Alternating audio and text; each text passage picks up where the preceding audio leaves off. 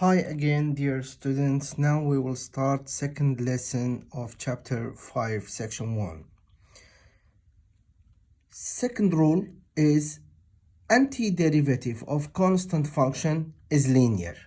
Okay, what is the meaning of this one? It means that if f of x equal to m were any constant number, then antiderivative is mx plus c, which it means derivative of constant function is linear. If you remember from the chapter 3, for example, 2x, I will write it here, 2x plus 1. If you take the derivative, what was the derivative? Wasn't it 2? Okay, the name of this function is linear. This one is constant. This time, exactly, we will discuss the opposite operation of this one. If this time derivative is constant, what is the actual function? The original function, which we called it antiderivative. So students, the rule is this. The integrals of a dx.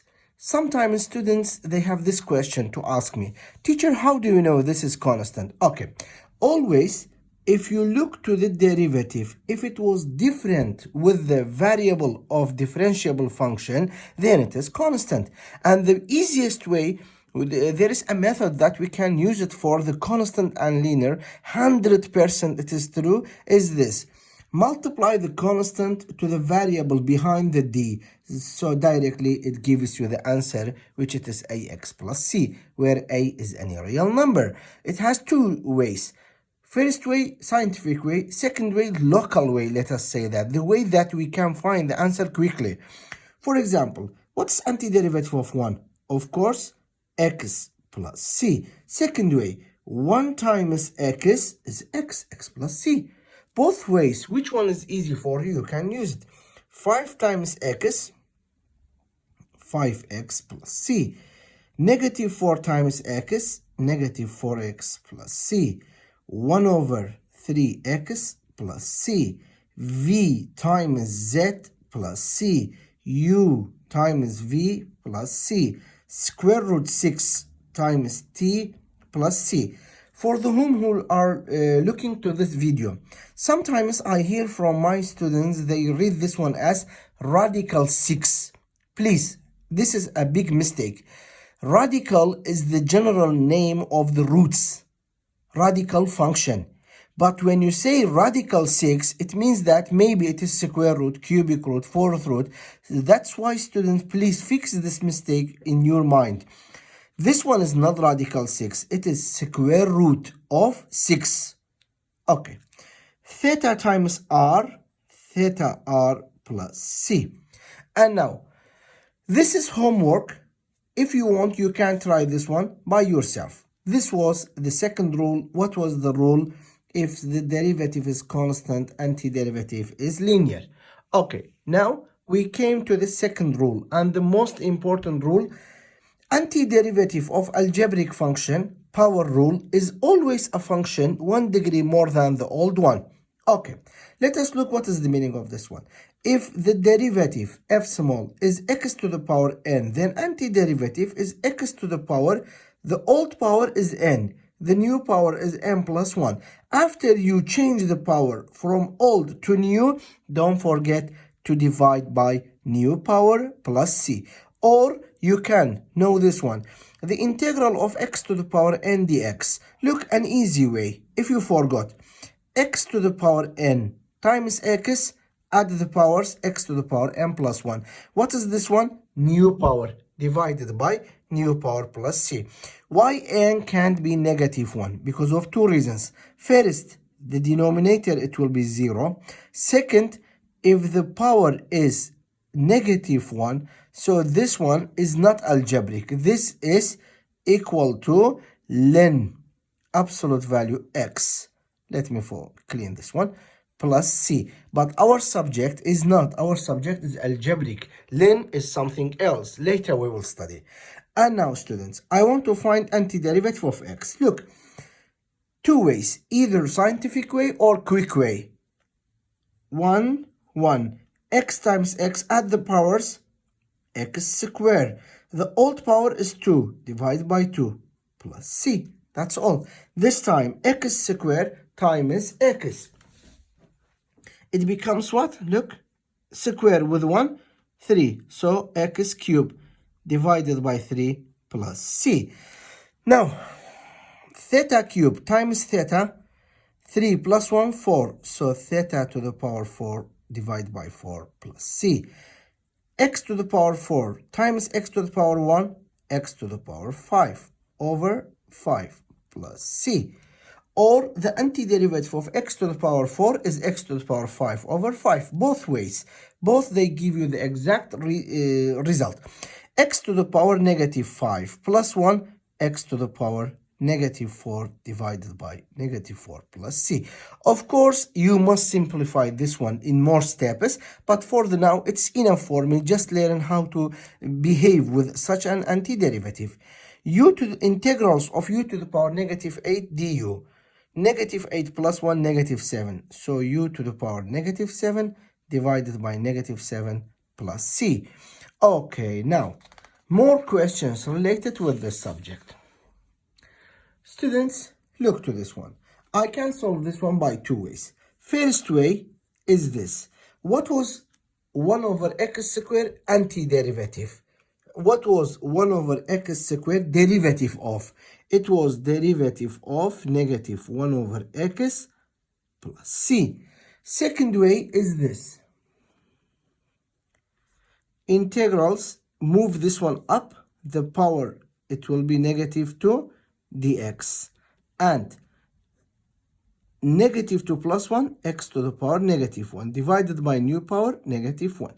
And now, this negative 1 is here. X inverse, it means 1 over x plus c. Of course, this one is here, 1 times. So if you look, the answers are same. So which way do you prefer? You can use it. Look to the ministry exam question. 2013-14 first trial, they asked this question. Before I take the antiderivative, I can do this one. X to the power negative 3 dx. Now, x to the power what? Guess. Negative 3 plus 1, negative 2. Old power, new power, divided by new power, plus c. Rearrange it. Negative. This negative is this one. 2 already is in the bottom. So, move this one to the down, x to the power 2 plus c. I want to remind you, any number to a negative power means the inverse, 1 over a to the power n. Okay. Now, students, I have find the result, again, ministry exam question. Find the result of integral of square root x dx. Okay, students. First of all, if you do this step, it's very useful for the antiderivative. Change radical form to exponential form and add the powers. X to the power 1 over 2 plus 1, 3 over 2, divided by 3 over 2 plus c. Okay, now flip this one, 2 over 3, square root of what? This 2 in the bottom, it means square root. The power of the x inside, it will be x cubed. And x cubed, I can write x squared times x to the power 1. Why? Because the power of the radicand inner side is bigger than the degree or the order of the radical square root. So this one comes out, it will be 2 over 3 x square root x plus c. Okay, students, for this rule, I want to remind you one thing. How did we have the rule of derivative in chapter 3? Also, we have a general rule for the square root function. Look here. If you see such a function, such an antiderivative, integral of f prime times square root of f of x dx. So, when you want to find antiderivative of square root function, just check one thing. The function that's multiplied to the radical, is it equal to derivative of inside or not? Yes. If it is yes, it is 2 over 3 the f of x radicand times square root f of x plus c, always. But if the outer function was the equal to derivative of inside. And now, for example, square root of x dx. There is no need always to repeat these steps.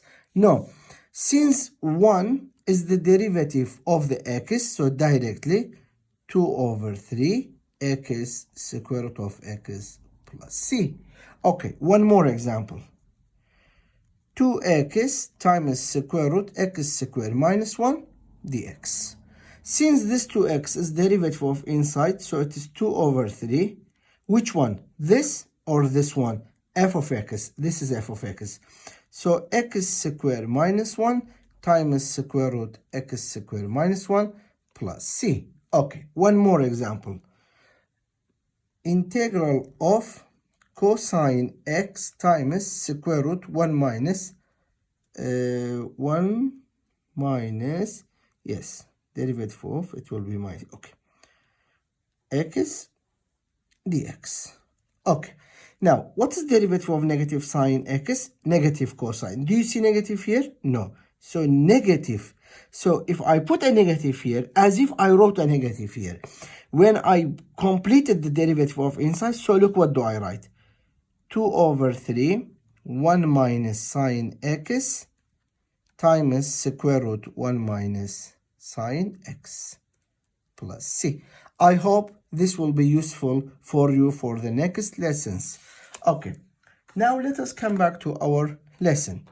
We said that, students, I have question number 10. Integral of 1 over square root x dx. It's not so difficult. There is no need to convert any power from radical to exponential or not. Why? Because don't you remember what is 1 over square root x the derivative of?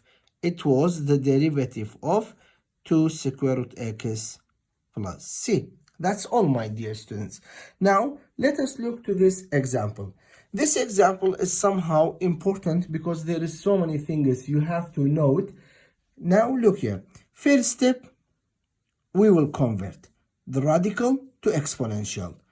X to the power 3 over 5 dx. Add the powers. X to the power 8 over 5 over 8 over 5 plus c. Now, flip this one. 5 over 8. This 5 in the bottom in denominator means fifth root of what? X to the power 8. If I write x to the power 8 times x cubed, isn't it same with x to the power 8? Yes, of course. But why do I do like this? Because I must simplify. Because in math, when they ask you a question, they don't say complicate the following question. They say simplify the following question. Therefore, we take this one out. It will be 5 over 8 x times square fifth root of x cubed plus c. Now, students, this one is the antiderivative of the fifth root x cubed. Now, this question, students, it's ministry exam question. Find the result of integral 1 over 3x all squared dx. Be careful to such a question in chapter 3 and 5. When you have a power on a bracket of multiplication of two terms, please first remove the bracket. 9x squared dx. Okay, this time, look to this time. Now, 1 over 9 is constant. Move it to the out. It will be 1 over x squared dx. In example 7, here, we solved the integral of 1 over x squared. So it is 1 over 9 times negative 1 over x plus c. As an end, negative 1 over 9x plus c is the answer. And it will be so long for the uploading this video for the next lesson. Goodbye. See you.